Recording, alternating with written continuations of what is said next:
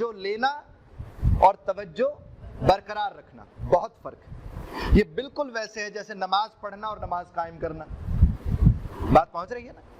جو نماز قائم کرتے ہیں وہ برقرار رکھتے ہیں اپنی توجہ۔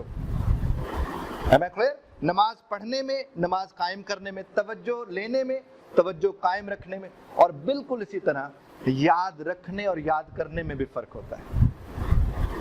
ہم بنیادی طور پر یاد کرنے والی قوم ہیں، ہم یاد رکھنے والی قوم نہیں۔ جو یاد کرتے ہیں انہیں یاد کرنا پڑتا ہے، جو یاد رکھتے ہیں انہیں یاد کرنا ہی نہیں پڑتا، کیونکہ وہ کیا کر رہے ہوتے؟ توجہ کے قیام میں مصروف ہوتے ہیں۔ آپ لوگ جب 40-45 منٹ کے لیے اپنے کلاس روم میں ٹیچ کرتے ہیں 40 سے 45 منٹ کے لیے، تو آپ نے صرف توجہ لینی نہیں ہوتی، توجہ برقرار رکھنی۔ آپ اپنے رشتوں میں آپ نے صرف توجہ لینی نہیں ہوتی، توجہ برقرار رکھنی ہوتی ہے۔ اور توجہ برقرار رکھنے کے لیے اپنی توجہ پہ آپ کے دھیان کی ضرورت ہے۔ آپ اگر اپنی توجہ کے اوپر توجہ رکھیں گے تو توجہ برقرار رہے گی نا، ایسے تو توجہ برقرار نہیں رہ سکتی۔ یہی بات رشتوں میں ہوتی ہے۔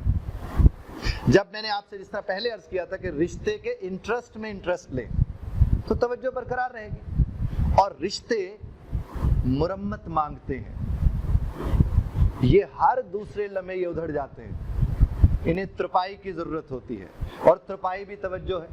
آپ توجہ دیں گے تو رشتے اسی طرح سے چلتے رہیں گے۔ اور یہاں تک کہ میں آپ سے ایک بات عرض کروں، وہ ایک بڑی خوبصورت کسی نے بات کی کہ دھیان کی زمینوں میں راستے جدا ہوں تو دور جا نکلنے میں دیر کتنی لگتی ہے؟ آپ لمحوں میں صدیوں کا سفر طے کر لیتے۔ اگر دھیان کی زمینوں کے راستے جدا ہوں تو آپ سے میں یہ گزارش کروں گا کہ آپ اپنے رشتوں سے صرف توجہ لیں نہیں، بلکہ توجہ کو، اب توجہ برقرار کیسے رکھی جا سکتی ہے؟ ایک اہم ٹکڑا پڑھے لکھے لوگ ہیں، آپ سے عرض کروں گا، اس کے بعد پھر ہم اور طرف شفٹ کر جائیں گے۔ توجہ برقرار رکھنے کے لیے رشتوں کے اندر دریافت کو جاری رکھنا چاہیے۔ رشتوں کے اندر کیا رکھنا چاہیے؟ آپ اگر رشتوں میں دریافت میں لگ جائیں گے اور دریافت کو مکمل نہیں ہونے دیں گے تو مرتے دم تک ایک دوسرے کو دریافت کرتے رہیں گے، اور جب ایک دوسرے کو دریافت کرتے رہیں گے تو کیا ہوگا؟ توجہ ہٹے گی نہیں، نہ ہٹے گی نہ بٹے گی، قائم رہے گی۔ تو آپ اگر توجہ قائم رکھیں گے تو صورتحال مختلف ہو جائے گی۔ آپ نے دیکھو بہت سی بہن بیٹیاں ہیں جو اپنے اوپر توجہ رکھتی ہیں تو بہت زیادہ عمر کی بھی اگر ہو جائیں تو کم عمر کی لگتی ہیں۔ کاہے کو؟ تو توجہ سے انسانی زندگی کی معراج کو پایا جا سکتا ہے، توجہ سے احسن تقویم کے فلسفے کو سمجھا جا سکتا ہے۔